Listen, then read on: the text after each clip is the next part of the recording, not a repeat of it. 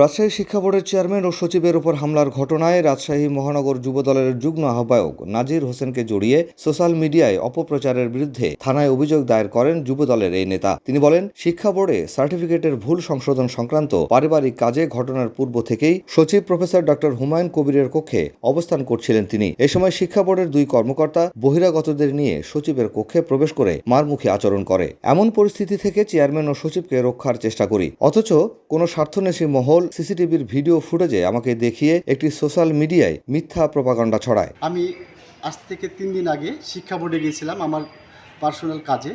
জুয়েল স্যারের সঙ্গে দেখা হয়। জুয়েল স্যার আমাকে তার রুমে ডাকে। তার রুমে ডেকে আমরা গল্প করছিলাম। গল্পরত অবস্থায় শিক্ষা বোর্ডের 2 জন কর্মকর্তার সঙ্গে বহিরাগত 20-30 জন ছেলেপেলে শিক্ষা বোর্ড সচিবের সঙ্গে জুয়েল স্যারের সঙ্গে খারাপ ব্যবহার করে। আমি এবং আরও শিক্ষা বোর্ডের কয়েকজন কর্মকর্তা, শিক্ষা বোর্ডের লোকজন আমরা তাদেরকে থামানোর পর সেই ভিডিওটা আপনার নিউজটা টিভিতে প্রচার হওয়ায় আমার নামে একটা ফ্যাক আইডি থেকে কে বা কারা উপকাণ্ডা ছড়াচ্ছে যে আমি নাকি শিক্ষা বোর্ডে অরাজকতা করেছি। আমি এগুলোর সঙ্গে জড়িত নাই। হ্যাঁ, আমি আমার পার্সোনাল কাজে শিক্ষা বোর্ডে গেছিলাম। আমি ওই জায়গায় যাওয়ার পরে সেই পরিস্থিতি দেখে আমি বিশৃঙ্খলাকারীদেরকে থামানোর চেষ্টা করেছি। তিনি বলেন, রাজনৈতিকভাবে আমাকে হেয় প্রতিপন্ন করার জন্য কোনো কুচক্রী মহল এমনটা করেছে। অভিযোগের সুষ্ঠু তদন্ত হলেই তা বেরিয়ে আসবে। আমি এগুলোর সঙ্গে জড়িত নই। আমি রাজশাহী মহানগর যুবদলের যুগ্ম আহ্বায়ক। আমি আগামীতে সেক্রেটারি ক্যান্ডিডেট।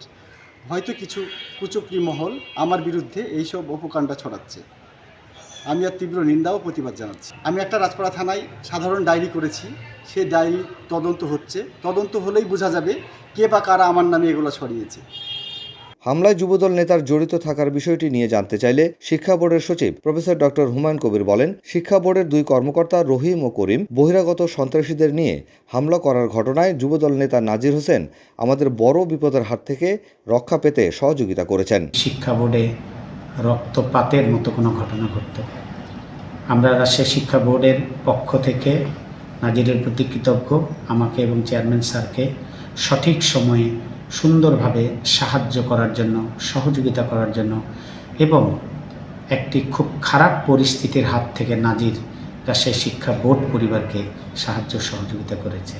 গত সোমবার দুপুরে শিক্ষা বোর্ড ভবনে দুই কর্মকর্তা শিক্ষা বোর্ডের উপপরীক্ষা নিয়ন্ত্রক জাহিদুর রহিম ও সহকারী হিসাবরক্ষণ অফিসার আমিনুল করিম স্থানীয় সন্ত্রাসীদের নিয়ে প্রথমে চেয়ারম্যান ও পরে সচিবের অফিস কক্ষে হামলা চালিয়ে তাদের লাঞ্ছিত করেন। উক্ত দুই কর্মকর্তার বিরুদ্ধে একজন সেবা গ্রহীতার সাথে প্রতারণার মাধ্যমে বিবাহ বহির্ভূত সম্পর্ক স্থাপন, দুর্নীতি ও অনিয়ম সহ বহু অভিযোগ রয়েছে বৈষম্য বিরোধী ছাত্র আন্দোলনে মদত জোগানোর। রাজশাহীর সাবেক মেয়র AHM খায়রুজ্জামান লিটন, তার স্ত্রী কন্যা সহ বাগমারার সাবেক MP ইঞ্জিনিয়ার এনামুল হক ও আবুল কালামের সাথে ছিল তার সখ্যতা। সে সুবাদে গত 15 বছর তিনি রাজশাহী শিক্ষা বোর্ডে চালিয়েছেন রাম রাজত্ব।